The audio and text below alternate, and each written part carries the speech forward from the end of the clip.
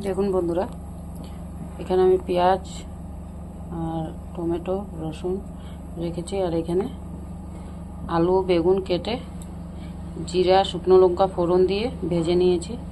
ওখানে আমি এটা তরকারি করব। এখানে একটা শুকনো লঙ্কা দিয়ে দেব, আর দেব অল্প করে পাঁচফোড়ন,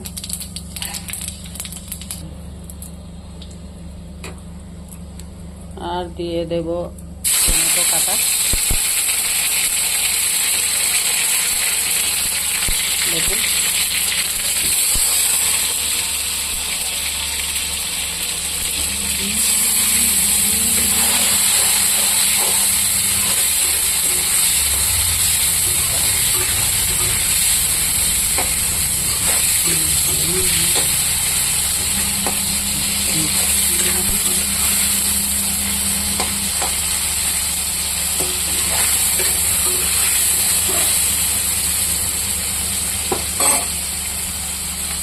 টমেটো আর এই যে হলুদ জিরে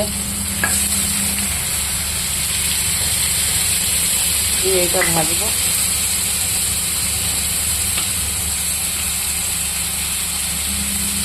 আর এখানে দিয়ে দেবো অল্প লবণ,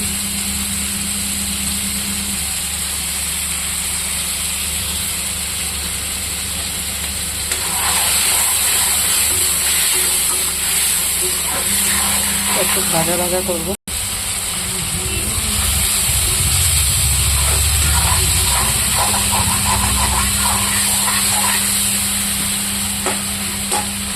দেখুন বন্ধুরা, এটা ভাজা হয়ে গেছে।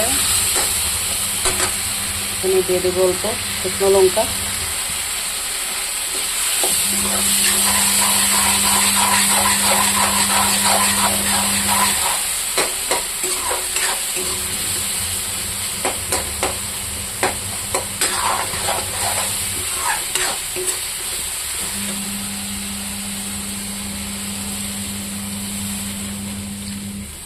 উপর দিয়ে দিলাম জল।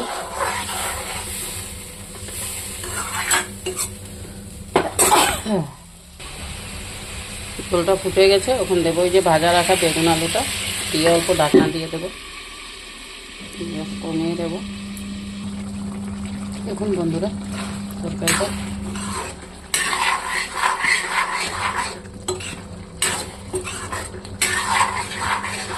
আগে বেগুন আলুটা ভাজা করেছিলাম,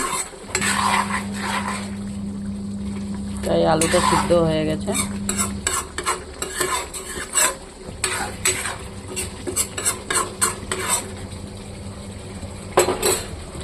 আর অল্প শুকনা হবে, শুকনো করে বানাবো।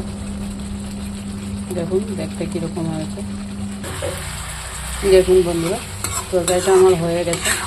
দেখুন দেখতে কীরকম হয়েছে বলবো।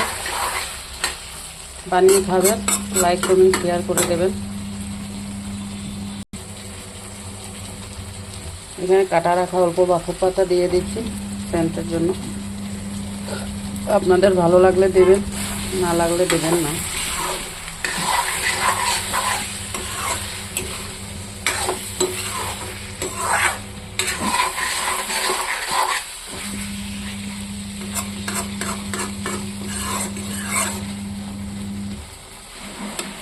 হয়ে গেছে আমার এই তরকারিটা।